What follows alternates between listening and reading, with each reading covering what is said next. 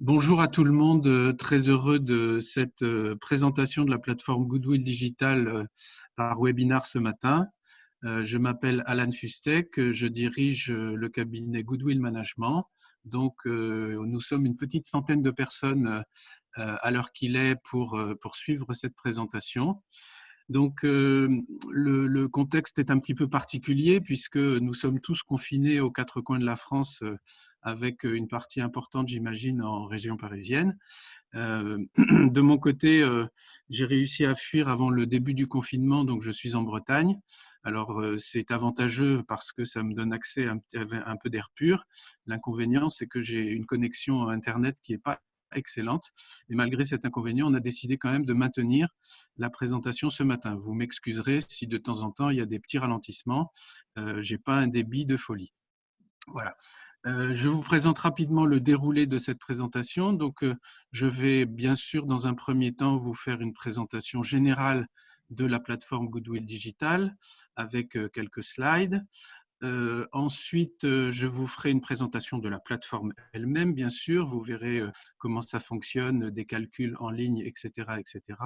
Et puis, nous avons la chance d'avoir avec nous ce matin Catherine Papillon, qui est la directrice du développement durable de BNP Paribas Real Estate, qui commentera, quand je les aurai présentés, les travaux de calcul de la rentabilité de la RSE que nous avons fait chez elle, que nous sommes en train de finir en ce moment chez BNP Paribas Real Estate. Et puis, une fois que Catherine aura présenté un petit peu ses grands enseignements, ses considérations, les raisons aussi pour lesquelles elle a décidé de faire ce genre de calcul, eh bien, je conclurai en vous présentant un petit peu notre offre de lancement. Et puis après ça, il nous restera du temps pour les questions. Alors, pour ce qui concerne les questions, bien sûr, vu le nombre que nous sommes, il est impossible de faire des questions-réponses de vive voix, vous vous en doutez bien. Vous aurez la possibilité pendant toute ma présentation de poser les questions par écrit, avec la fonctionnalité questions-réponses de votre application. Et puis, on prendra les questions les plus fréquemment posées. Et puis, on fera l'effort, enfin, on essaiera d'ici à la fin de la séance, c'est-à-dire d'ici à 10 heures, de répondre au plus grand nombre possible de questions. Voilà. Nous allons parler de cette fameuse plateforme Goodwill Digital. Pour nous, c'est un grand jour parce que il y a effectivement un travail qui est important qui a été fait sur ce sujet-là au cours des 2 dernières années. Voilà. Voilà. En matière d'introduction, vous savez probablement tous que Goodwill Management est spécialisé dans la RSE avec une approche quantitative, c'est-à-dire que, bien sûr, nous mettons en œuvre chez nos clients des démarches RSE. Comme tout le monde, on fait des évaluations de maturité, des matrices de matérialité, etc. Mais une particularité chez nous, c'est les calculs. On fait beaucoup de calculs, on a une approche quantitative et nous avons à cœur de montrer, la bonne nouvelle de la journée, c'est que nous l'avons démontré, que la RSE est rentable. Les calculs que nous faisons sont réalisés avec l'application R, qui est un logiciel de statistique que vous connaissez, et puis bien sûr Excel. Et on s'est rendu compte depuis qu'on fait ça qu'il y avait des limites. Premièrement, la solidité des outils. Vous savez à quel point c'est facile d'écraser une formule de calcul sous Excel, et puis après, il n'y a plus rien qui tourne. La centralisation des résultats. Chez Goodwill Management, un modèle égale un classeur et souvent une mission égale un classeur, de sorte que pour faire des statistiques, ensuite, il y a beaucoup de ressaisies nécessaires. La décentralisation de la saisie des données. Pour ceux d'entre vous qui sont nos clients, vous savez qu'on s'échange des données par email et par fichier Excel et que ça n'a rien de pratique. On aimerait bien décentraliser la collecte des données à la source. Et puis, le plus limitant, finalement, c'est la diffusion de nos savoir-faire. On a des tas de méthodes que nos clients aimeraient utiliser, mais avec simplement ces outils-là, ça n'est pas facile. Donc, on a cassé la tirelire il y a 2 ans. Et on a lancé un projet qui est important pour nous. L'investissement, comme vous le voyez là, est de 300 000 euros. Donc, pour créer cette plateforme Goodwill Digital, c'est une ambition pour les consultants de Goodwill Management pour progresser, mais c'est aussi une ambition pour partager nos méthodologies avec nos clients. Et donc, vous allez voir, ça permet de faire tous nos calculs en ligne et de donner accès à tous nos modèles, finalement, à tous ceux que ça intéresse. Voilà. Alors ici, vous avez une petite illustration de ce qu'est Goodwill Digital. Et autour de l'image centrale Goodwill Digital, eh bien, vous voyez un certain nombre de nos méthodes. Alors, elles ne sont pas toutes là. On a une vingtaine de modèles de calcul.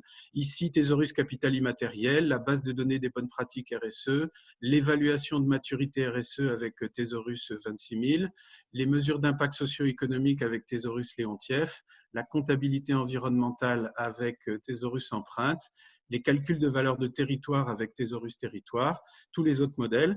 Eh bien, en fait, vous avez vu, toutes nos méthodes s'appellent Thésaurus. Et donc, on peut implémenter tous ces modèles de calcul, aussi divers soient-ils, à l'intérieur de Goodwill Digital, de sorte qu'ensuite, eh bien, tous ces modèles puissent être accessibles par tout le monde, par Internet. Voilà. Et donc ça, c'est très intéressant parce que ça permet effectivement un usage élargi. Et puis, vous voyez, il reste un petit encart sur la droite de l'écran ici. Votre modèle, eh ben, si vous avez un modèle spécifique sur lequel il y a des calculs qui ne sont importants que dans votre entreprise, mais cruciaux dans votre entreprise, eh ben, notez-le bien. Votre modèle aussi, on peut l'implémenter sous Goodwill Digital. Vous allez comprendre comment ça marche dans quelques instants. Alors, qui est-ce qui a conçu Goodwill Digital? Ben, c'est la société Goodwill Management. Voilà, nous nous définissons comme un cabinet de conseil en performance économique responsable, c'est-à-dire justement cette approche RSE avec une logique très quantitative et très économique. Nous existons depuis 17 ans, nous faisons 2 millions d'euros de chiffre d'affaires à peu près, une vingtaine de consultants, et le nom de Goodwill a été choisi parce que quand on l'utilise avec deux mots, Goodwill, ben, c'est la bonne volonté. Et puis, avec un seul mot, ben, c'est la survaleur en finance. D'où notre slogan, les valeurs créent de la valeur. Voilà. Alors, un point important, puisqu'on va parler beaucoup de développement durable de RSE, c'est que Goodwill est actionnaire de l'agence Lucie. Je suis également le président de l'agence Lucie. Aujourd'hui, l'agence Lucie, c'est la plus grande communauté RSE en France puisque nous avons 600 membres dans la communauté. Et en termes de capitalisation d'expérience pour tout ce qu'on va voir dans les minutes qui viennent, c'est une richesse très importante. Voilà. Ici, quelques références de Goodwill Management. Alors là, vous voyez des noms que vous connaissez, bien sûr. Et puis, nous avons aussi des travaux nombreux avec des petites entreprises. On intervient autant avec des petites, des moyennes que des grandes. Et puis, vous voyez qu'avec le temps qui passe, progressivement, Goodwill Management réussit à s'internationaliser, puisque là, à l'heure qu'il est, nous avons des missions et des contrats dans 17 pays. Voilà. Alors, un point qui est très important par rapport à la présentation de ce matin, crucial à mes yeux en tout cas, c'est la fiabilité de nos calculs. Parce que bien sûr, faire des tas de calculs dans tous les sens, c'est intéressant, mais si les résultats ne sont pas fiables, on ne peut pas en faire grand-chose.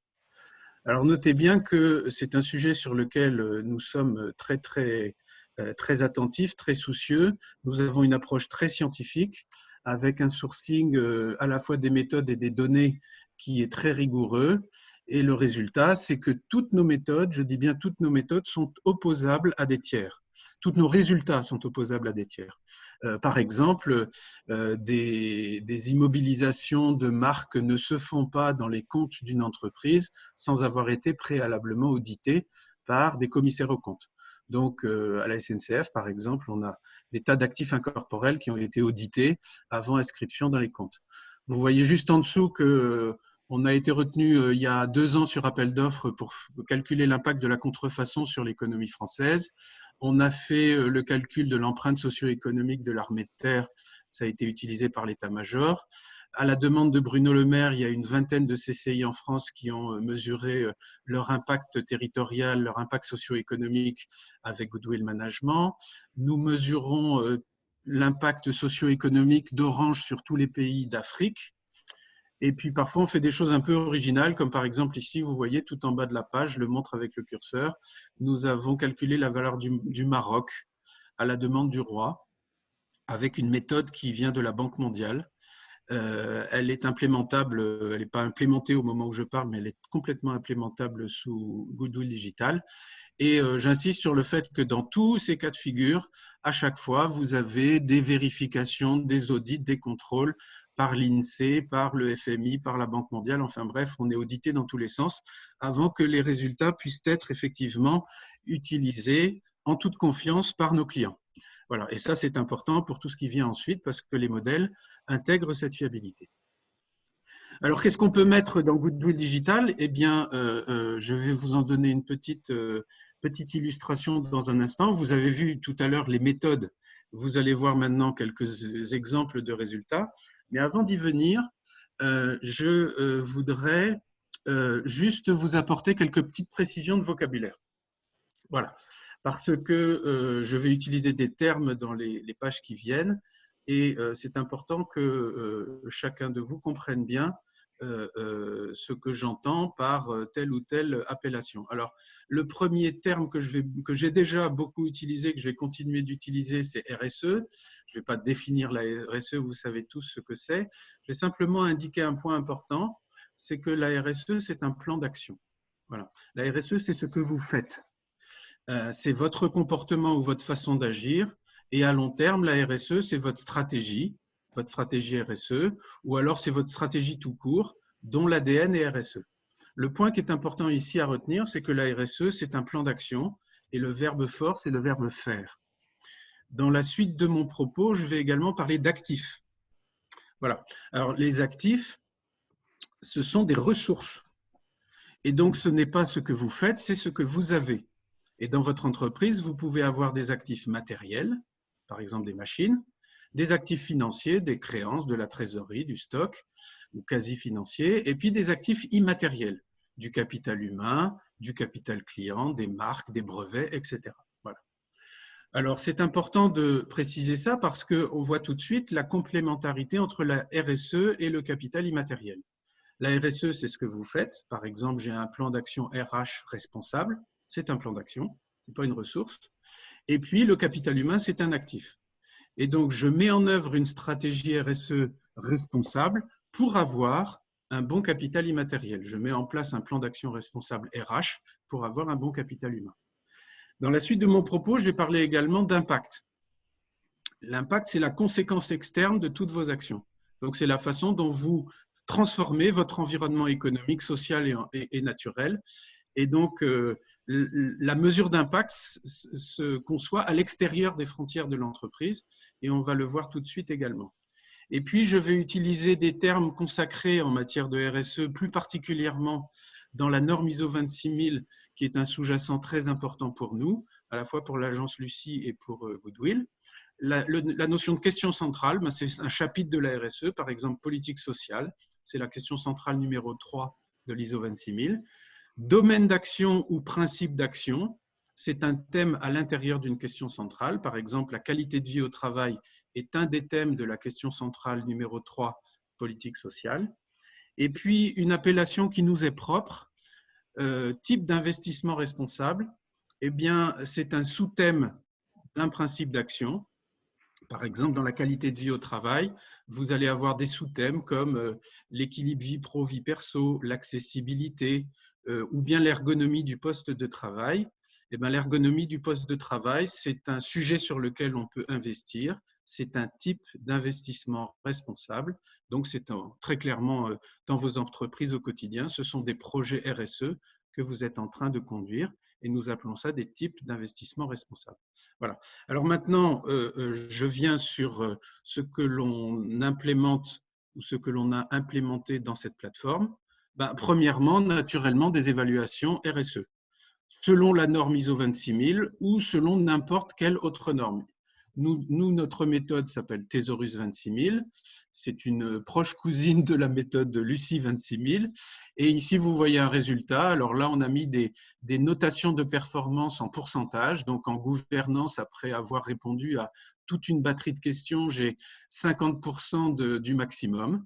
Donc, ça veut dire que si je notais sur 20, ça me donnerait un 10 sur 20. En droits humains, j'ai 58%. En relations et conditions de travail, j'ai 63%, etc. Et puis, bien sûr, en ouvrant cette boîte et en regardant les principes d'action, je verrai des notes sur chacun d'eux. Le deuxième point que l'on peut implémenter dans Goodwill Digital, qui s'y trouve déjà, vous allez le voir dans un instant, ce sont des valorisations financières d'entreprise. Donc là, nous sommes dans la méthode Thesaurus Capital Immatériel. Et donc ici, vous voyez par exemple le comparatif, c'est un cas réel, d'une entreprise qui, avec une approche de valorisation classique, a une valeur médiane qui s'établit à 80 millions d'euros, alors qu'avec une approche capital immatériel, eh bien, on se trouve avec une valeur de 88 millions d'euros. Donc, valorisation financière, tous les calculs sont implémentés dans Goodwill Digital, on répond à quelques questions et on a sa valorisation. Au passage, notez bien que dans certains cas de figure, quand on évalue l'immatériel d'une entreprise, on trouve moins qu'avec une évaluation classique. Il suffit que l'entreprise ait été surévaluée par une approche classique. Alors ici, vous avez une autre facette de Thesaurus Capital Immatériel, c'est-à-dire que là, vous avez un arbre qui permet de voir la façon dont a été coté l'actif client d'une entreprise. Ici, les notes qui apparaissent sont des notes sur 20, mais encore une fois, le système de notation, on le choisit aussi. Donc ici, j'ai un capital client ou un actif client qui a été noté à 12 sur 20. Et puis, d'où ça vient ça? Eh bien, on regarde si les clients sont exigeants et bienveillants, s'ils apportent beaucoup de valeur à l'entreprise, s'ils sont contents et s'ils apportent un chiffre d'affaires récurrent. Et puis, le flux de valeur qu'ils apportent, il dépend de deux critères, la fidélité des clients et puis la solvabilité et idéalement la richesse des clients. Alors, en fait, pour avoir le 12,5 ici, on fait la moyenne de 10 et de 15. Ça, c'est dans la méthode Thesaurus Capital Immatériel, anciennement Thesaurus Bercy. Et puis, en un clin d'œil, on voit où… Et puis, quand on fait l'intégration de toutes les notes, on tombe sur le 12 sur 20 qui nous donne au bac mention assez bien. Donc, c'est un capital client qui est pas mal noté. Mais on voit des fragilités instantanément. Ici, la satisfaction des clients qui est notée à 8 et qui nécessitera certainement un plan d'action. Un autre élément qui fait partie des méthodologies qu'on développe chez Goodwill, ça c'est plus récent que le capital immatériel, mais on en est assez fiers, c'est un calcul de la cotation des qualités et des défauts fonctionnels d'immeubles de bureaux. Voilà. Alors par exemple, vous voyez ici qu'on a une notation, deux immeubles, un bâtiment de base et un bâtiment évalué ont été comparés. Et donc, sur des critères toujours avec des notes sur 20, comme le confort acoustique, le confort visuel, le fait que depuis les fenêtres de l'immeuble, on voit la nature, le fait qu'on puisse personnaliser ses espaces de travail, qu'il y ait un bon confort hygrométrique, une bonne qualité de l'air, etc. Et donc, on a ces cotations extra-financières, mais dans le modèle Thesaurus Vibeo, il y a quelque chose de très innovant, c'est qu'on a pu apporter la preuve scientifique que quand on travaillait dans des bonnes conditions de confort, on avait une vitesse de travail qui s'améliorait un petit peu. Je n'ai pas besoin de vous faire un dessin, mais si vous travaillez dans le bruit, vous travaillez moins vite. Et si vous travaillez au calme, vous travaillez plus vite. Sauf que ça a été modélisé scientifiquement. Et donc, avec un modèle scientifique qui est là derrière, on peut déduire que ce bâtiment, donc c'est un cas réel, c'est le Green Hub de Bolloré, 7500 m² près de Roissy, avec 600 salariés qui y travaillent, par rapport au bâtiment de référence, on a un petit gain de productivité de 0,69% et ça fait un gain économique de 226 000 kilo-euros par an. Voilà. Et donc, effectivement, une fois de plus, les valeurs créent de la valeur. On éco et on socio-construit des bâtiments et on en obtient des bénéfices économiques. Ici encore deux petits exemples très rapides et puis nous venons à la démonstration. Ça, c'est la mesure d'impact de Orange sur l'économie de la RDC, la République démocratique du Congo. Et donc là, vous voyez que l'activité d'Orange au Congo, c'est une tranche de PIB de 512 millions d'euros par an avec 300 000 emplois qui sont soutenus. On y trouve les emplois directs, ça c'est l'activité de Orange elle-même. Voilà, 194 millions d'euros, 580 emplois. L'activité dite indirecte en euros et en emplois, ce sont tous les fournisseurs de premier, de deuxième, de troisième rang. Et puis l'impact induit, ça c'est l'impact qui découle de la consommation des salariés à la fois d'Orange et de tous les fournisseurs. Bien sûr, avec leur salaire, les salariés dépensent, consomment et irriguent l'économie du territoire. Et donc tout ça, c'est calculé avec un modèle qui s'appelle les matrices input-output de Leontief. Et la méthode que nous utilisons, c'est l'implémentation de ces matrices input-output dans Thesaurus Leontief. Voilà. Tout ça, ça se trouve dans Goodwill Digital. Dernier point, c'est une innovation 2019 chez Goodwill Management. Nous calculons, et c'est de plus en plus demandé, mais c'est très récent, l'impact des entreprises sur leur capital naturel. Voilà, donc là, ça s'appelle Thesaurus Empreinte, la méthodologie.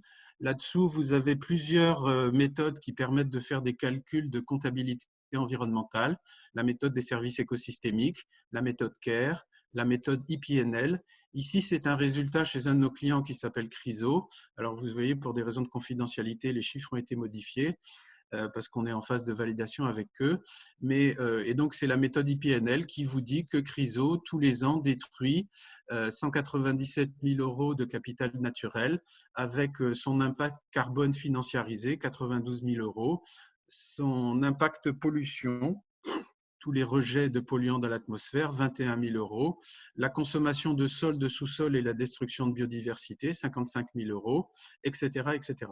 Et donc aujourd'hui, on peut, grâce à ça, faire des calculs d'empreinte globale d'entreprise, combien je crée de valeur économique en euros, sociale en emploi, et combien je détruis de capital naturel, à moins que je sois, ce qui est très rare de nos jours, mais on y tend tous bien évidemment, une entreprise à impact positif. Voilà. Alors maintenant, je vous donne quelques illustrations rapides du fonctionnement de cette plateforme. En fait, si vous voulez, nous avons dans cette plateforme 5 grands modules. Le premier module s'appelle le référentiel des thésaurus. Voilà, parce que vous avez vu, toutes nos méthodes s'appellent thésaurus, et donc on les stocke toutes dans une partie de l'application, référentiel des thésaurus, et tout ce qu'on fait, sans exception, ça se résume à de la gestion d'indicateurs, du développement de fonctions et du chaînage de fonctions dans des arbres ou des modèles de calcul. Voilà. Donc, pour faire un calcul de capital immatériel, eh bien, c'est un chaînage de dizaines de formules de calcul qui sont des fonctions qui manipulent des indicateurs. Et les indicateurs, ça peut être des notes. Quelle est ma note de maturité en santé, sécurité au travail. Ça peut être des euros. L'EBITDA d'une entreprise est un indicateur. Ça peut être des chiffres d'affaires, des mètres carrés, des mètres cubes, tout ce que vous voulez. Et c'est avec tous ces éléments-là, des décibels quand on calcule la performance acoustique d'un bâtiment. Et c'est avec tous ces éléments-là qu'on fabrique nos modèles. La deuxième partie de l'application, c'est ce qu'on appelle la base des entités. Et dans Goodwill Digital, nous gérons 3 types d'entités pour lesquelles nous sommes susceptibles de faire des calculs. Des entreprises, donc on y déclare votre entreprise, des immeubles et des territoires pour faire les études d'impact. Voilà. Et pour ces 3 entités, on stocke toutes les mesures qui ont été faites et qui sont nécessaires au calcul, et puis on stocke les résultats. Alors, je n'ai pas besoin de vous faire un dessin, il y a bien sûr une interface d'acquisition, une interface homme-machine pour saisir les données, un moteur qui fait tous les calculs, et puis une interface de restitution. Vous allez la voir, elle est très riche et elle est très, très, très paramétrable, elle aussi. Voilà. Donc, je vais venir maintenant sur la démonstration. Alors, pour la démonstration, on a décidé de vous montrer 2 exemples. On n'aura pas le temps de vous montrer les 20 modèles de calcul. Et donc, on a choisi Thesaurus 360.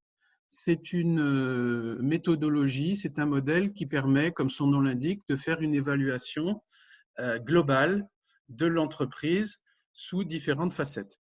Et puis, nous allons également vous montrer Thesaurus AD2R. AD2R, ça veut dire aide à la décision responsable et rentable. Et donc, c'est un calcul de rentabilité de la RSE. Et sur ce point-là, on a la chance d'avoir Catherine Papillon avec nous ce matin, qui commentera un petit peu tout à l'heure les résultats que je vais vous montrer et qui résultent de l'usage de Thesaurus AD2R chez BNP Paribas Real Estate. Voilà. Alors, bien sûr, il faut que je vous explique un tout petit peu les modèles avant de vous montrer l'application et son fonctionnement. Donc, venons sur Thésaurus 360. Vous avez compris le principe, hein, je vais aller chercher dans le référentiel des Thésaurus le modèle Thésaurus 360 et puis je vais l'assigner à une entreprise. Ici, l'entreprise s'appelle 22 ma PME. Pourquoi? Parce qu'en ce moment, je suis dans les Côtes d'Armor et donc c'est le 22. Qu'est-ce que c'est que ce Thésaurus 360? C'est une espèce de compilation de beaucoup de nos savoir-faire en un seul modèle. Alors, c'est un outil qui permet de répondre à la question, les conditions sont-elles réunies pour que mon entreprise crée de la valeur? Vous voyez la question ici en haut. Voilà. Alors, ça, c'est une bonne question et elle en appelle d'autres, quelques autres, beaucoup d'autres. Que faut-il pour créer de la valeur? Pour que mon entreprise crée de la valeur, la première chose dont j'ai besoin, c'est d'être en bonne santé matérielle et financière. Alors, si mon entreprise était un bateau, eh ben, je dirais, avant de prendre la mer, il faut que tu vérifies ta coque, il faut que tu vérifies ton mât, tes voiles et puis les sous qu'il y a dans la caisse du bord. Voilà. Deuxièmement, mon entreprise est en bonne santé matérielle et financière, mais il faut aussi qu'elle ait un bon capital immatériel. Voilà. Et donc, bien sûr, mon entreprise est un bateau, d'accord, j'ai une belle coque, un beau mât et des belles voiles, mais est-ce que j'ai un équipage compétent et un bon capitaine? Donc, un bon capital humain, toutes les cartes du bord, toute l'informatique embarquée, les bons instruments, etc., etc., tout le capital immatériel de l'entreprise, hein, vous l'avez traduit, l'organisation, les clients, les hommes, les savoir-faire, etc. Voilà. Ensuite, ça y est, j'ai une entreprise qui est en bon état matériel, financier, immatériel. Est-ce que ça suffit pour créer de la valeur? Non. Il faut aussi une bonne stratégie. Et de nos jours, la stratégie, elle se doit d'être responsable si on veut créer de la valeur à long terme. Voilà. Alors, analogie avec le domaine maritime. Bon, tu as un bon bateau et un bon équipage, d'accord, tu veux faire la transat, ta stratégie, c'est de bien calculer ta route. Voilà, pour trouver les vents favorables et puis arriver à bon port. Et le dernier point pour créer de la richesse, c'est qu'il faut un beau contexte macroéconomique. Vous voyez par exemple qu'en ce moment, vous êtes, pour la plupart d'entre vous, dans des entreprises qui sont en bonne santé matérielle financière, qui ont un bon capital immatériel et qui ont une belle stratégie. Mais si toute l'économie autour de nous s'arrête, pour des raisons diverses et variées, de crise, en ce moment elle est sanitaire, mais elle est aussi économique, c'est beaucoup plus difficile de créer de la valeur. Donc il faut aussi un bon contexte macroéconomique. Et donc l'analogie avec le domaine maritime, c'est en plus d'avoir une bonne stratégie, un bon bateau, un bon équipage, il faut que tu étudies la météo avant de prendre la mer pour savoir effectivement t'y adapter. Voilà. Alors on a tout ça dans Thésaurus 360, une évaluation de santé financière, de santé immatérielle, de stratégie responsable et de contexte macroéconomique. Le système va vous poser des questions d'évaluation RSE, par exemple. Qu'est-ce que vous faites en dialogue social? Quels sont les efforts que vous avez faits en consommation d'énergie ou en politique de formation ou en gestion des déchets? Et puis, dans la partie financière, il va vous poser des questions sur votre rentabilité, votre croissance de chiffre d'affaires, votre taux d'endettement, vos ressources financières stables sur actifs immobilisés, etc., etc.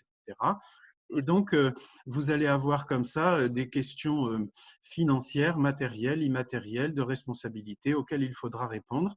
Et ça va vous faire votre diagnostic 360 de l'entreprise. Donc, sous vos yeux ébahis, c'est là en général que les démonstrations ne marchent pas avec les inconvénients du direct. Eh bien, je vous transporte ou je vous téléporte sous Goodwill Digital. Nous y venons, nous y sommes. Et donc, je vais effectivement vous montrer un petit peu comment ça marche.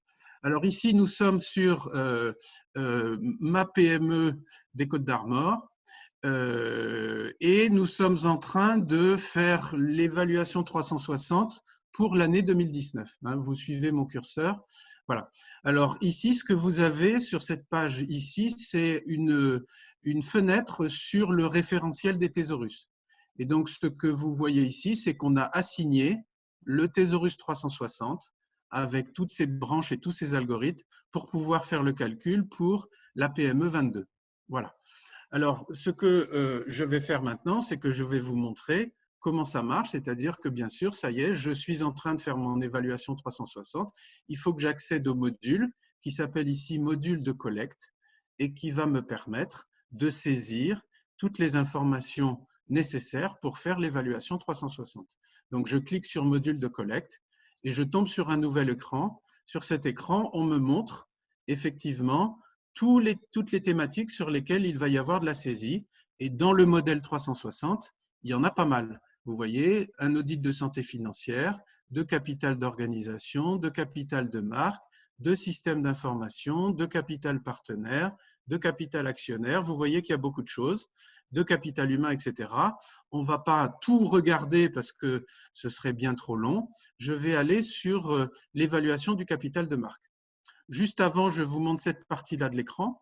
Alors ça, c'est une partie intéressante, justement pour le coworking autour de ces évaluations. Si je souhaite que certains indicateurs que vous voyez ici ne soient pas saisis par moi, mais soient saisis par des tiers, par exemple par le client, je vais cliquer sur ces indicateurs en disant ça, c'est pas moi qui vais le saisir, c'est quelqu'un d'autre. Voilà. Et puis ensuite, il y a d'autres fonctionnalités pour dispatcher la saisie de ces indicateurs auprès des personnes concernées. Je viens maintenant sur l'évaluation de la marque. Nous y sommes.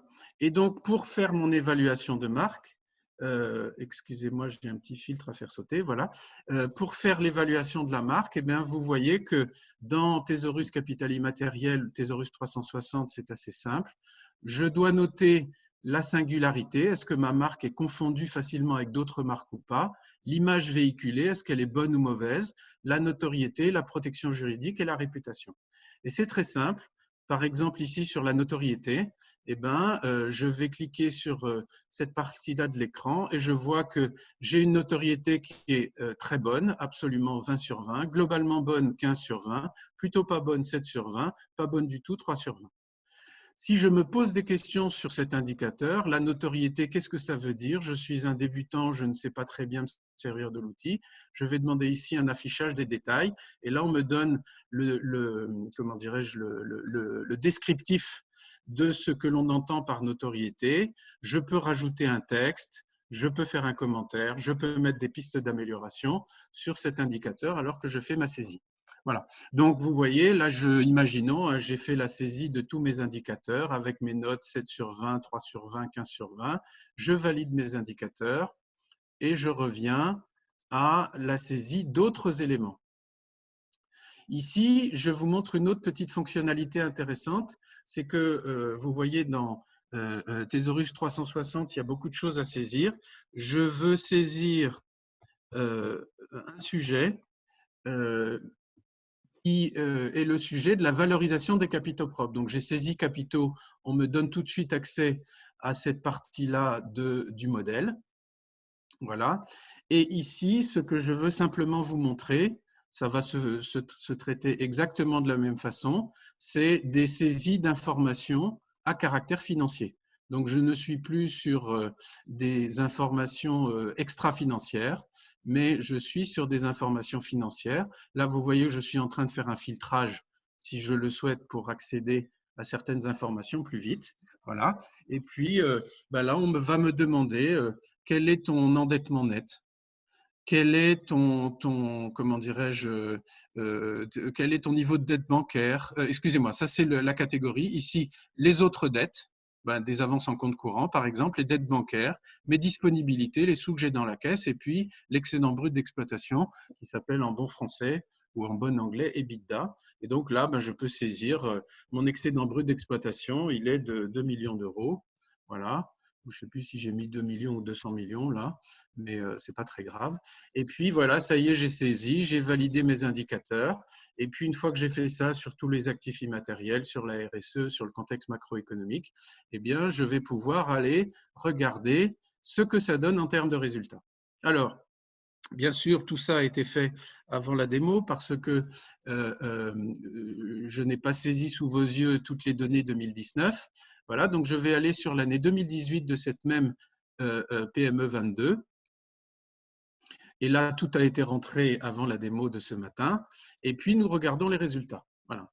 Alors, en matière de résultats, j'insiste sur un point, c'est que tout est paramétrable. Je vais vous montrer différentes formes de résultats, mais finalement, les résultats que vous allez voir, ou les formes de résultats sous forme de radar, de tuiles, etc., sont utilisables vraiment pour tous les sujets. Alors, ce que vous avez ici sous les yeux, c'est, j'étais en train de faire mon évaluation 360 et j'ai posé une question à Thesaurus 360, c'est est-ce que mon entreprise a une capacité à créer de la valeur? Il me répond 13 sur 20. Voilà. Note 360, 13 sur 20. Donc, au bac, ça me fait mention assez bien. Donc, j'ai le bac, c'est bon, je suis en capacité de créer de la valeur. Et bien sûr, ici en dessous, il me donne des informations sur la moyenne capital immatériel, 13,5, le contexte macro, 12,3, l'audit des risques, comme le font les commissaires aux comptes, 12,9. Tiens, en RSE, j'ai que 11, donc là, c'est moyen, je vais aller voir. En santé financière, ça va. Donc, je descends un petit peu. En dessous, je vois des informations qui sont des taux d'actualisation. Ça va nous servir quand on fera l'évaluation financière. J'y viendrai tout à l'heure. Une autre façon de présenter des résultats, c'est sous forme de radar. Ici, vous avez par exemple un radar de la santé financière de l'entreprise. Alors, ce que j'étais en train de rentrer tout à l'heure, quand j'ai rentré mon niveau de rentabilité, on m'a dit, avec cette rentabilité-là, tu as 15 sur 20. Par contre, capitaux permanents sur immobilisation, 3 sur 20. Là, vraiment, il y a une fragilité dans l'entreprise. Et puis, de ce côté-ci, vous voyez, c'est comment dirais-je, le résultat d'un audit comptable où on regarde tous les risques relatifs au stock, au cycle de vente, aux créances, etc., etc. C'est ce que font les comptables quand ils évaluent votre entreprise, enfin les experts comptables et les commissaires aux comptes. Voilà. Donc ensuite, je vais descendre pour voir ce que ça donne en RSE parce que j'ai vu que 11 sur 20, ce n'était pas terrible. Alors pourquoi j'ai 11 sur 20 en responsabilité sociale, en évaluation RSE? J'ai le détail ici. Alors en relation, respect des clients, j'ai 15 sur 20, tout va bien. Politique sociale, 12,3 sur 20, c'est pas mal. Et puis là, j'ai 10, puis là, j'ai même 7 pour l'engagement sociétal, c'est pas terrible du tout. Et puis, vous voyez en dessous les critères qui ont été cotés. Et la couleur vous donne effectivement le niveau de maturité. Alors là, on aurait pu rajouter la note, hein, c'est juste du paramétrage. Donc la diversité, la couleur est tend vers le rouge, donc en diversité, je ne suis pas bon. En lutte contre la précarité, je suis bon. En formation, je suis pas mal. Donc quand c'est vert, c'est bon. Quand c'est bleu, c'est pas mal. Quand c'est tend vers le rouge, c'est pas terrible. Et comme ça, en un clin d'œil, je vois où sont mes fragilités. Et puis, je pourrais descendre encore plus bas hein, dans le niveau de détail pour voir davantage de choses. Mais comme j'ai plein de trucs à vous montrer, je passe rapidement. Ici, vous avez les évaluations sur les actifs immatériels. Donc, la RSE, ce que je fais, le capital immatériel, ce que j'ai. Alors, vous voyez par exemple, j'ai noté mon capital humain à 13,4 sur 20. Je vais aller voir les détails tout de suite. Et puis, il y a un truc qui attire aussi mon attention ici, c'est le capital de savoir-faire. Il est à 9 sur 20, il est en dessous de la moyenne. Et donc, ça, c'est un petit peu préoccupant. Alors, voici la carte qui montre tous les critères du capital de savoir. Et vous avez vu un capital de savoir 9,4 sur 20. Qu'est-ce que c'est que le capital de savoir d'abord? C'est finalement tout l'avantage concurrentiel qui est issu de vos savoir-faire et que vous embarquez dans les produits que vous vendez à vos clients. Voilà. Donc, ça vient de votre R&D, de votre marketing stratégique, de votre innovation. Tout ça, c'est du savoir-faire et ça se retrouve dans votre capital, dans les produits que vous vendez. Et c'est ça qu'on appelle le capital de savoir. Alors, il y a deux parties dans cet arbre, vous voyez. Il y a les savoirs commercialisés, c'est-à-dire tous les savoir-faire inclus dans les produits vendus aujourd'hui. Et puis, il y a les savoir-faire futurs et latents. Et ça, c'est ce que l'on prépare pour demain. Et c'est pour beaucoup des éléments de R&D. Voilà. Alors, qu'est-ce que je vois? Je vois que mon 9,4, il vient de savoir-faire futur, cette note est à 7 sur 20. Donc, en savoir-faire futur, je ne suis pas terrible. Et quand je regarde effectivement le réservoir d'innovation, donc là, c'est Apocalypse Now, hein, je suis à 3 sur 20. Donc, ça veut dire que mon processus de R&D est en panne et que je ne prépare pas les produits de demain au travers de ma R&D et que donc j'ai un réservoir de savoir-faire innovant qui est très faible. Voilà. Ensuite, ici, je vois le capital client. Bon, je ne rentre pas dans les détails, on en a commenté un tout à l'heure. Et puis ici, je vois le capital humain avec la performance globale qui tient à la performance des dirigeants, qui tient à l'efficience des équipes. Est-ce que les équipes ont la bonne taille? Si mon équipe est trop petite, eh ben, je ne fais pas les objectifs, puis si elle est trop grosse, je bouffe la marge, donc c'est là derrière. L'efficacité des équipes avec la compétence, la motivation, donc derrière cette boîte, on peut encore l'ouvrir et puis il y a d'autres boîtes, etc. Et puis, ben, ça me donne une note une valeur en euros de 15 millions d'euros. Et vous avez en dessous la formule de calcul.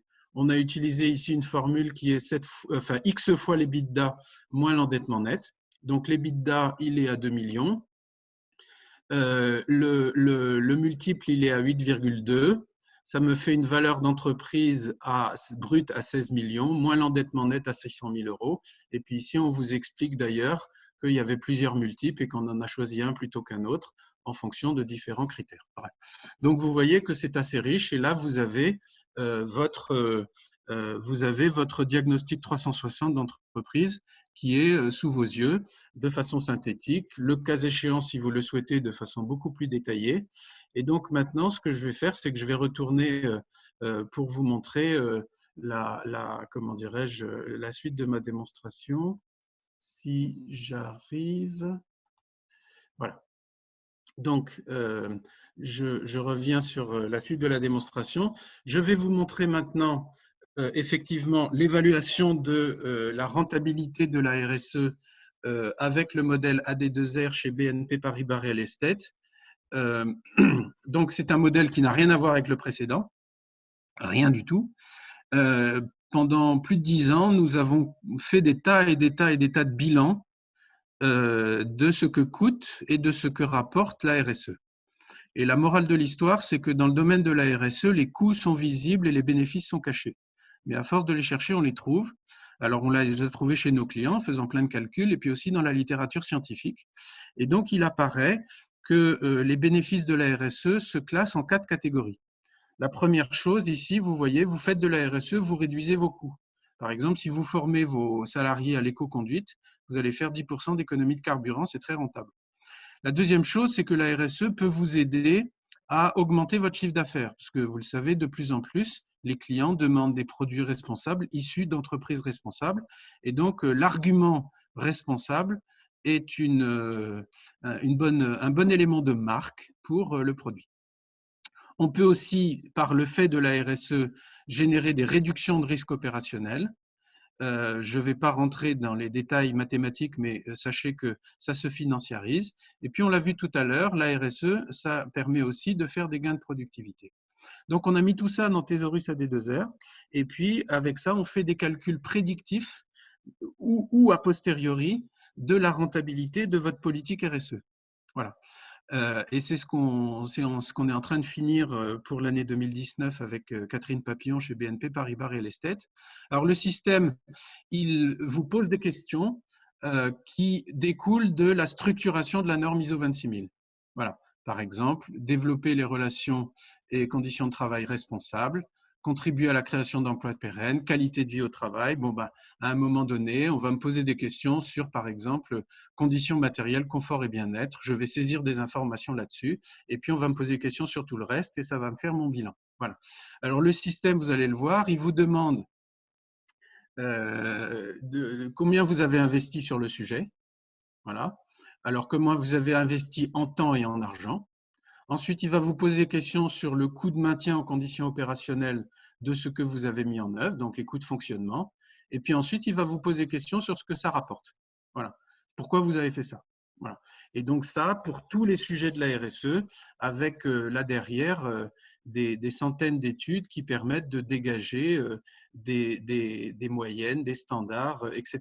Donc, nous nous téléportons de nouveau sur Goodwill Digital, mais cette fois-ci, nous allons sur l'entreprise BNP Paribas Real Estate et nous avons ici assigné à BNP Paribas Real Estate un modèle différent qui est le modèle, vous voyez, AD2R, qui vient du référentiel des thésaurus. Voilà. Alors, ben, le principe est le même que ce qu'on a vu pour, bien sûr, 360. Je vais accéder au module pour collecter les datas. Voilà. Et donc ici, j'ai des types d'investissements responsables, soutien à des projets sociétaux solidaires environnementaux, vous voyez que ça a déjà été rempli. Hein, il y a 15 indicateurs qui ont été saisis sur 15. Économie d'eau sanitaire, enfin bref. Et là, vous avez tous les projets de la politique RSE de l'année 2019 de BNP Paribas Real Estate. Donc, je vais rapidement sur, par exemple, économie d'eau sanitaire. Voilà. Et puis, on voit s'afficher ici, je supprime mon petit filtre, voilà. On voit s'afficher ici beaucoup de choses. De nouveau, je vais faire une sélection pour me faciliter la saisie. Voilà. Au passage, je vous indique également que… si ça a été pris, voilà. Au passage, je vous indique également que ici, vous pouvez, par simple clic sur une colonne, faire des tris pour pouvoir saisir les informations dans l'ordre qui vous paraît le plus pertinent. Voilà. Et donc ici, j'ai toutes mes informations financières qui apparaissent en premier. Le taux de déploiement de la solution d'économie d'eau sanitaire, il en est aujourd'hui à 75%. Combien j'ai investi de jours sur le sujet? Quelle est la durée d'amortissement? Est-ce que, donc vous voyez, ça c'est un petit truc, hein, j'ai investi 2 jours sur le sujet. Qu'est-ce que ça permet? Ben, ça me permet de faire des contrôles de consommation, de détection de fuite, etc. Et puis, je vais comme ça pouvoir saisir. Oui, ça permet de faire ci. Non, ça ne me permet pas de faire cela. J'ai pas mis en place des signalétiques anti-gaspillage dans le cadre de ce projet, etc. Voilà. Et puis, ben, voilà, ça y est, j'ai fini ma saisie. Donc, je retourne sur l'écran Carrefour de toutes les fonctionnalités et puis je vais aller voir les résultats. Ici, les résultats, je vous les affiche exclusivement sous forme de tuiles, mais on aurait pu les afficher, comme vous l'avez vu tout à l'heure, sous forme de radar ou bien sous forme d'arbre. Ça est possible. Et donc là, on a le résultat global. Alors, Catherine va le dire juste après mon propos. Dans une minute, c'est à toi, Catherine. Donc, ici, vous avez… alors, les résultats sont… on est en phase de finalisation, de validation. Donc, les résultats ne sont pas tout à fait stabilisés. Mais en gros… Alors, je rappelle que BNP Paribas Real Estate est une grande entreprise. En 2019, l'investissement global sur des sujets éligibles au titre de la RSE, c'est 3,4 millions. La retombée, c'est 4,8 millions. Et ça fait une rentabilité nette de 1,3 million. Donc, avec ça, on est content. Enfin, moi, je suis content pour Catherine. Voilà. Et puis, ensuite, on va se dire, d'accord, mais sur quoi est-ce qu'il y a des retombées économiques positives, négatives, etc. Parce que ce n'est pas nécessairement toujours positif. Alors, vous voyez par exemple ici 600 000 € investis dans les conditions de travail responsables. Donc, Catherine le dira un petit peu tout à l'heure, gros efforts faits par l'entreprise sur l'amélioration des postes de travail, la refonte des plateaux, l'amélioration du confort dans les bureaux, etc. Ça, effectivement, c'est un héritage de la méthode Vibeo que j'ai présentée tout à l'heure. Quand on est dans un environnement bien conçu, on fait des gains de productivité. Donc, la retombée est énorme, vous voyez. Et puis ensuite, il y a d'autres choses sur lesquelles on a vu tout à l'heure que les économies d'eau, par exemple, c'était des petites choses. Donc, sur l'année dernière, sur la préservation de l'environnement, il y a moins de choses, mais c'est quand même positif, etc., etc. Et puis, je peux descendre encore plus fin, c'est-à-dire qu'ici, je peux regarder tous les domaines d'action avec l'analyse coût-bénéfice sur protéger la santé et la sécurité des collaborateurs, développer les compétences des collaborateurs, ça c'est la politique de formation. Et on a tous les algorithmes qui nous permettent de calculer le gain de productivité d'une personne qui a été bien formée. Et puis vous voyez tout en bas, là il y a un gros chiffre négatif. Donc ça, c'est les investissements d'intérêt général, donc tous les engagements de BNP Paribas Real Estate pour la société civile, les soutiens de projets d'économie sociale et solidaire, etc. Donc ça a coûté l'année dernière à l'entreprise 2,7 millions. Ça rapporte un petit peu parce que ça fait de la notoriété, ça bonifie la marque. Enfin, il y a des retombées économiques qui sont quand même non négligeables, 754 000 €. Par contre, vous voyez que en termes de rentabilité, le compte n'y est pas. C'est-à-dire qu'on a fait beaucoup de choses pour la société civile et puis il n'y a pas une rentabilité. Cela dit, en général, quand une entreprise engage une politique sociétale, ce n'est pas pour être rentable. c'est pour faire le bien autour d'elle. Et donc, il est assez normal que sur ce point ici, il n'y ait pas de rentabilité. En général, d'ailleurs, nos clients n'aiment pas voir de la rentabilité sur ces sujets-là. Voilà. Et donc, mais globalement, vous avez vu que la politique est globalement rentable, malgré ce poste ici. Et donc, l'important dans cette affaire, c'est de prendre des décisions, c'est parce que ça s'appelle aide à la décision responsable et rentable en toute connaissance de cause. Ce truc-là me coûte, mais c'est normal, c'est ce que je souhaite et je vais continuer parce que c'est une bonne chose. Voilà. Donc, j'ai présenté rapidement AD2R au travers de la plateforme Google Digital. Catherine, c'est à toi maintenant de nous dire pourquoi tu fais ce genre de truc. Bonjour à toutes, merci Alan, merci de m'avoir proposé de témoigner, d'avoir montré notre exemple que je découvre. Hein. Je suis comme vous, je découvre les chiffres puisqu'on est encore en phase de consolidation avec ma petite équipe et les équipes d'Alan sur ce travail. Peut-être juste une précision sur BNP Paribas Real Estate. En fait, on est une des filiales du groupe bancaire dédiée aux services immobiliers et on a 6 métiers complémentaires en fait qui couvre l'ensemble du cycle de vie d'un bien immobilier, c'est-à-dire qu'on construit des immeubles, de bureaux de logement, on est promoteur, on est commercialisateur, agent immobilier, on est expert immobilier, on est conseil en stratégie immobilière, on est également property manager, c'est-à-dire on gère des immeubles de bureaux pour compte d'investisseurs. Et on est également, on construit et on gère pour compte de tiers des fonds d'investissement composés d'actifs immobiliers. Voilà. Donc pour vous dire que le sujet du développement durable dans le secteur de l'immobilier, c'est quelque chose d'important. Là, on a en 2016, notre président a décidé de créer une direction entièrement dédiée au développement durable et à la RSE, même si dans nos métiers, on prenait déjà ces sujets en compte.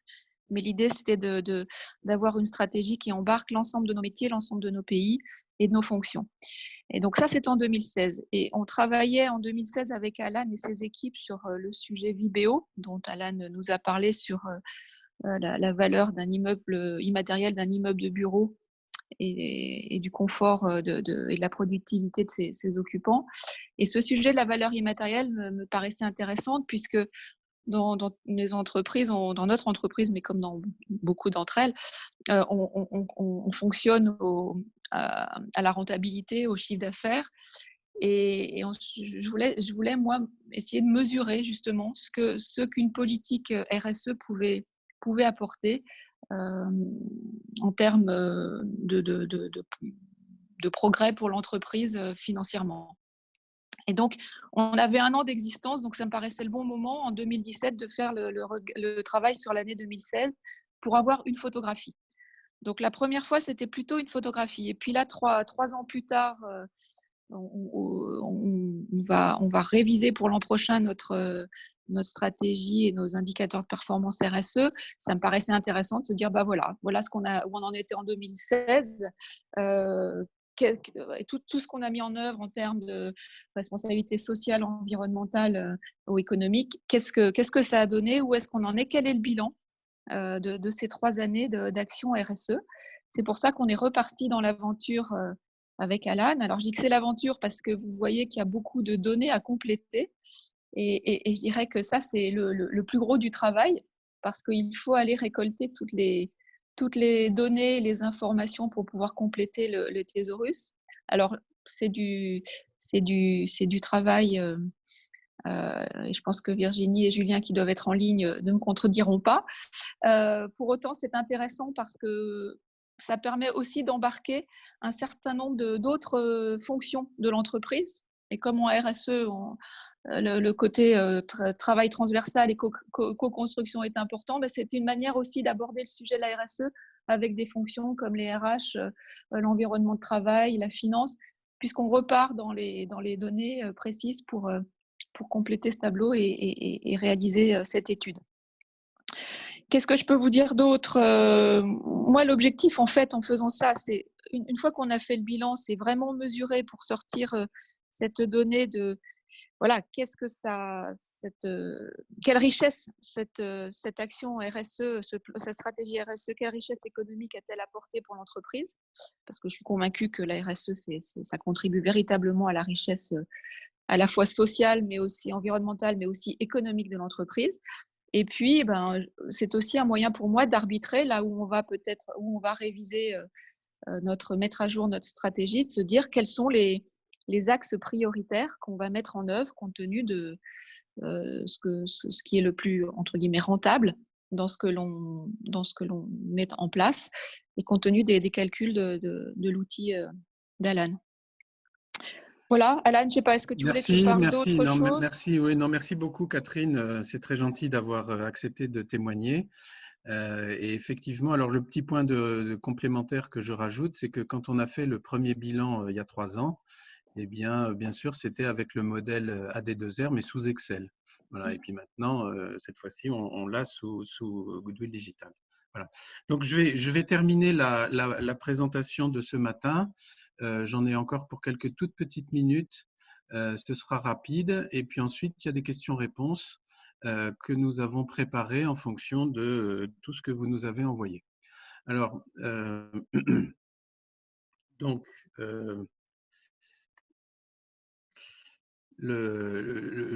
un mot sur l'offre de lancement. La première chose, c'est que voilà le planning de disponibilité des modèles.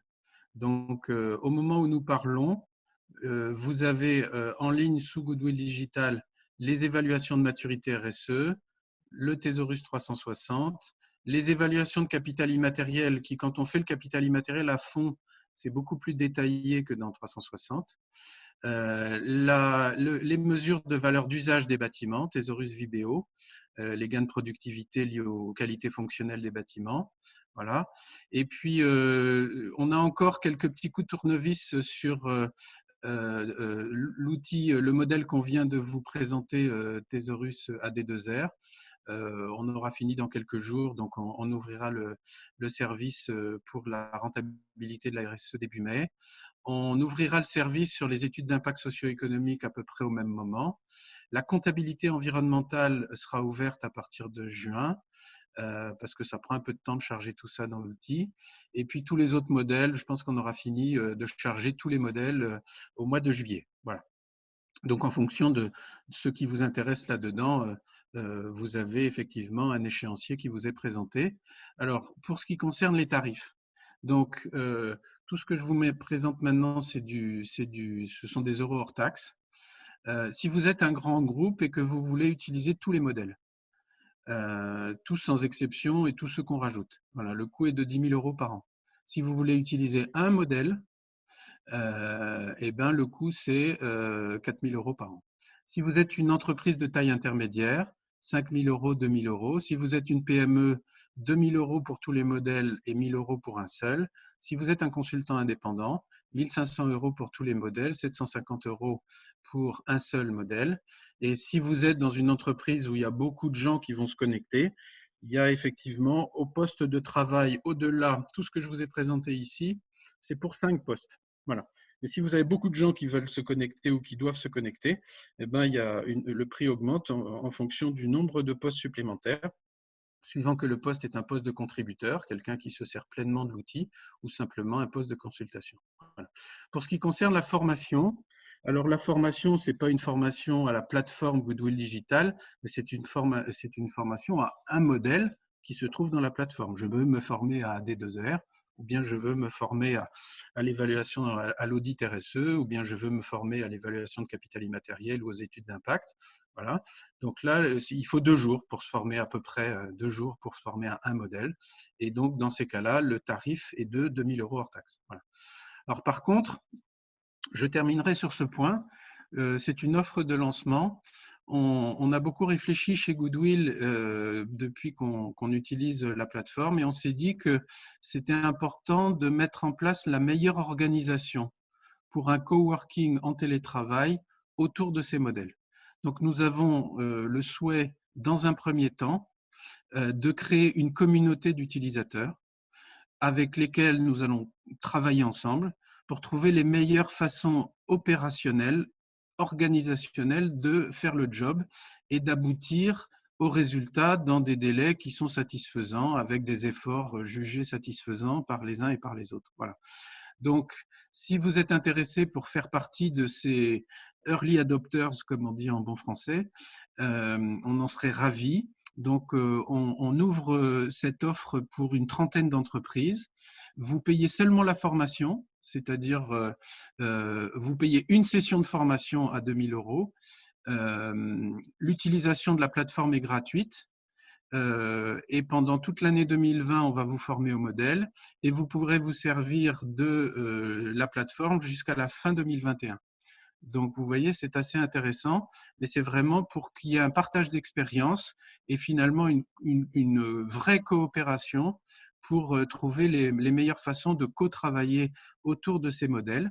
Et donc, on aura des formations tout au long de l'année, puis des ateliers de partage d'expérience pour trouver la bonne façon de collecter les données, de bien répartir la charge de collecte des données dans les entreprises, etc., etc.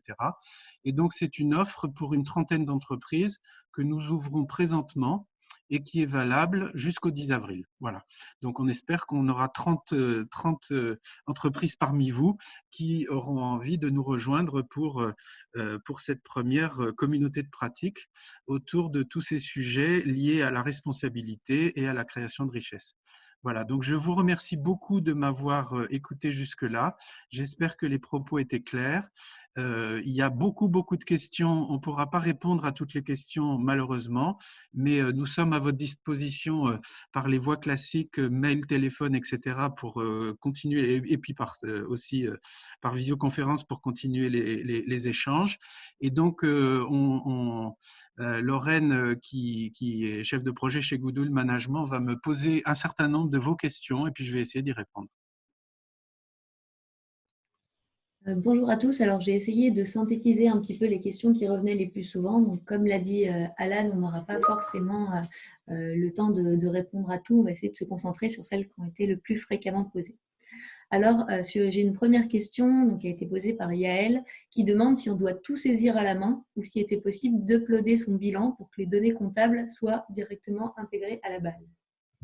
Alors, dans la version actuelle, on doit tout saisir à la main.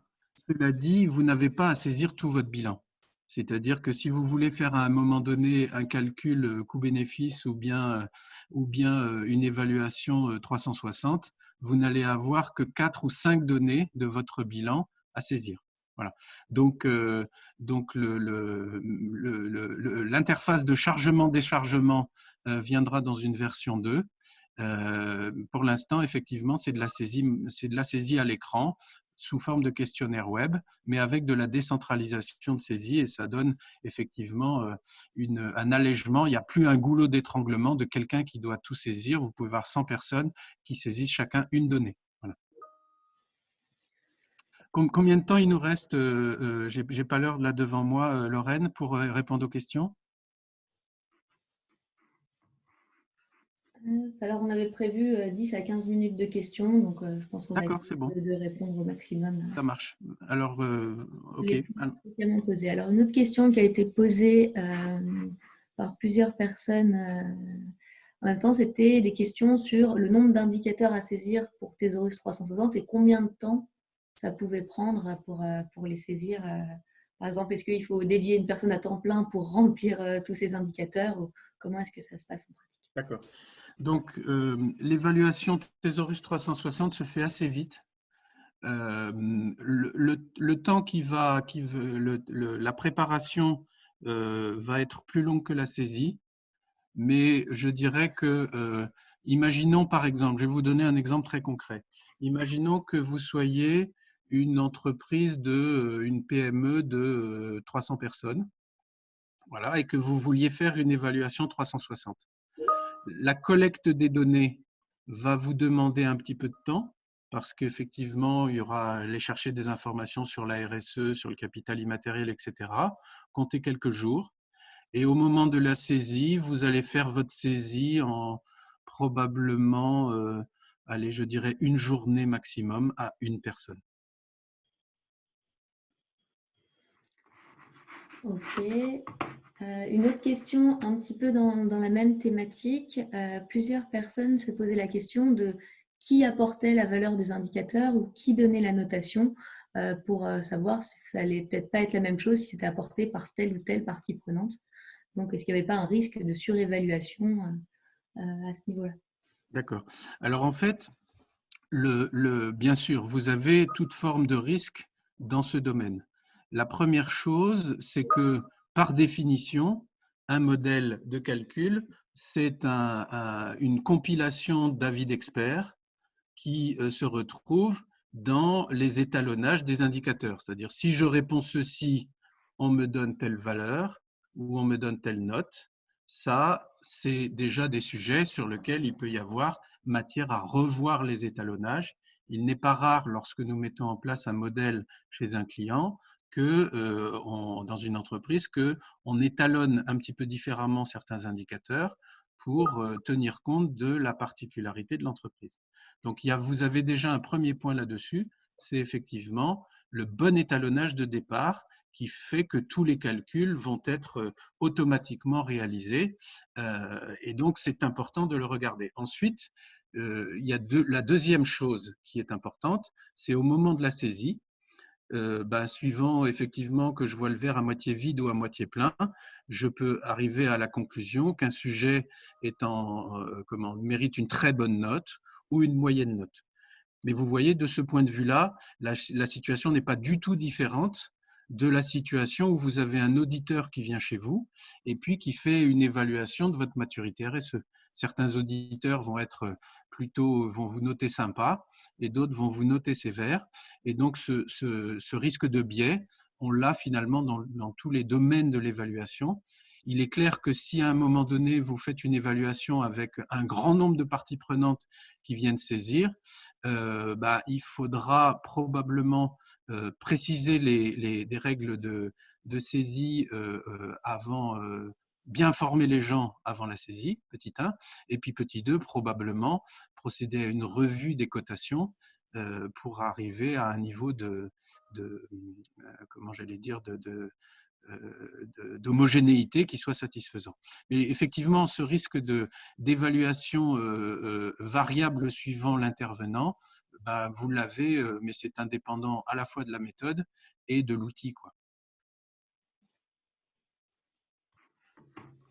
Merci Alan. Donc, j'ai encore quelques questions. J'ai une question qui a été posée sur est-ce qu'il était possible dans les restitutions, avec les représentations notamment radar, d'avoir son résultat et un résultat des entreprises moyennes comparables. Un résultat moyen des entreprises comparables. Alors, dans l'état actuel des choses,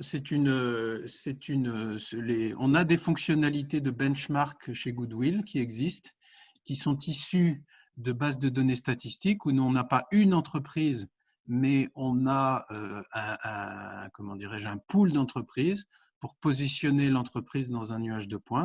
Ça ne fait pas partie de la plateforme Goodwill Digital présentement. Par contre, ce qui est intéressant dans l'état actuel des choses, c'est que vous pouvez vous mettre en paramétrage de l'outil des points de repère. Et donc, vous pouvez dire, par exemple, voilà, je déclare une référence et je positionne mon entreprise par rapport à la référence. Et vous pouvez aussi, dans Goodwill Digital, faire apparaître les notations ou les valorisations en euros des années précédentes. Donc, vous pouvez vous comparer à vous-même et vous pouvez vous comparer à une référence, mais la fonctionnalité de positionnement dans un nuage de points viendra dans une version 2. Ok, et j'ai posé une dernière question parce que j'ai essayé de me concentrer sur les questions les plus générales. Après, il y a des questions très précises sur certains points. Je pense qu'il faudra voir au cas par cas. Je ne sais pas si elles intéressent forcément tout le monde. Au niveau des actualisations des modèles, est-ce qu'il y a des modèles, une évolution des modèles qui est prévue avec l'évolution des bonnes pratiques des entreprises? Par exemple, voilà, sur AD2R, les entreprises sont de plus en plus responsables. Est-ce que les modèles vont être actualisés pour tenir compte de ces évolutions pratiques? Bien sûr. Alors ça, c'est le gros avantage effectivement de la centralisation des modèles. C'est que nous, notre travail chez Goodwill, au fur et à mesure que notre savoir-faire progresse et que notre expérience progresse, c'est d'avoir des modèles qui sont de plus en plus affûtés, de plus en plus ajustés, de plus en plus fins. Et l'offre de lancement que vous avez sous les yeux et la communauté d'utilisateurs, c'est aussi beaucoup pour ça.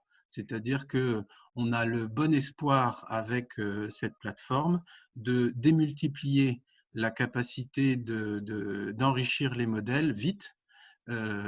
Maintenant, indépendamment de cela, nos modèles chez Goodwill Digital, ils s'ajustent en permanence. Pour Thésaurus Capital Immatériel, par exemple, si vous voulez avoir la méthode, vous vous inscrivez sur le site de l'Institut de comptabilité immatérielle. La méthode Thésaurus Capital Immatériel peut y être téléchargée. Dans sa version 2019, elle présente des déclinaisons sectorielles de tous les indicateurs, alors que dans les versions antérieures, à l'époque de Thésaurus Bercy, on n'avait pas de déclinaison sectorielle. Donc les méthodes évoluent en permanence et bien évidemment, à chaque fois qu'on utilise une méthode, eh bien, on peut bénéficier de la dernière version. Cela dit, on est passé vite tout à l'heure, mais peut-être certains d'entre vous ont remarqué que pour les méthodes, vous avez aussi des versions, de sorte que vous pouvez à tout moment reproduire et modifier l'évaluation que vous avez faite il y a 3 ans avec la méthode d'il y a 3 ans, et puis refaire le truc avec la méthode d'aujourd'hui. Je vais prendre vraiment une toute dernière question globale, mais après on pourra vous faire un retour individuel, chacun sur vos questions, sur des points très précis. On me demande si la solution Goodwill Digital, elle peut être utilisée pour analyser un territoire ou une collectivité. Pardon, excuse-moi, repose ta question parce que j'ai été perturbé. Est-ce qu'on peut utiliser les outils de Goodwill Digital sur un territoire ou une collectivité? Bien sûr, bien sûr, bien sûr. On le fait déjà et effectivement, on peut faire le calcul de la valeur apportée par une stratégie territoriale à son territoire. On peut calculer l'impact d'une collectivité territoriale sur son territoire. Je le disais tout à l'heure, nous avons mesuré les impacts socio-économiques d'une vingtaine de chambres de commerce sur leur territoire, avec les impacts comment dirais-je, économique, en PIB ou en flux de valeur ajoutée, emploi, direct, indirect, induit, emploi par secteur, emploi par répartition géographique, je ne vais pas rentrer dans tous les détails, et puis impact sur le capital naturel. Donc, ça marche très très bien, aussi bien pour une EPCI que pour un EPCI que pour une entreprise ou pour un territoire dans sa globalité. Voilà. Donc, voilà un petit peu ce que je pouvais apporter comme réponse. Tu as d'autres questions, Lorraine? J'ai beaucoup de questions qui sont arrivées avec la fin de la présentation, qui sont plus sur des points précis et pas de points global. Du coup, on vous fera des retours par mail sur vos pour pouvoir répondre à vos différentes questions. D'accord. Alors moi, j'ai un point très important à vous livrer avant qu'on termine cette présentation. Et encore une fois, merci à tous. Là, vous êtes 150 à suivre nos propos. Donc, pour ceux d'entre vous qui aimeraient rentrer dans la communauté d'utilisateurs pour faire progresser tout ce que nous vous avons montré et puis travailler ensemble sur la plateforme, vous avez le lien Typeform dans le chat pour pouvoir vous inscrire. Donc, ceux d'entre vous que ça intéresse, inscrivez-vous effectivement au travers de ce lien et nous vous revenons très vite pour l'organisation des sessions de formation, des partages d'expériences, etc., etc. Voilà. Je voudrais pour terminer remercier tous ceux qui ont pris le temps ce matin de suivre cette présentation. Je vous souhaite une très bonne santé à tous ainsi qu'à toutes vos familles parce que nous sommes vraiment dans une période difficile et inédite et donc je pense qu'il faut du courage à tout le monde dans cette période-ci avec beaucoup d'incertitudes sanitaires et économiques. Et puis je voudrais pour terminer remercier très chaleureusement Catherine Papillon qui a bien voulu partager avec nous son expérience et les raisons pour lesquelles elle a décidé de faire des analyses coûts-bénéfices de sa démarche RSE. Voilà, bonne journée à tous et puis j'espère à bientôt. Au revoir.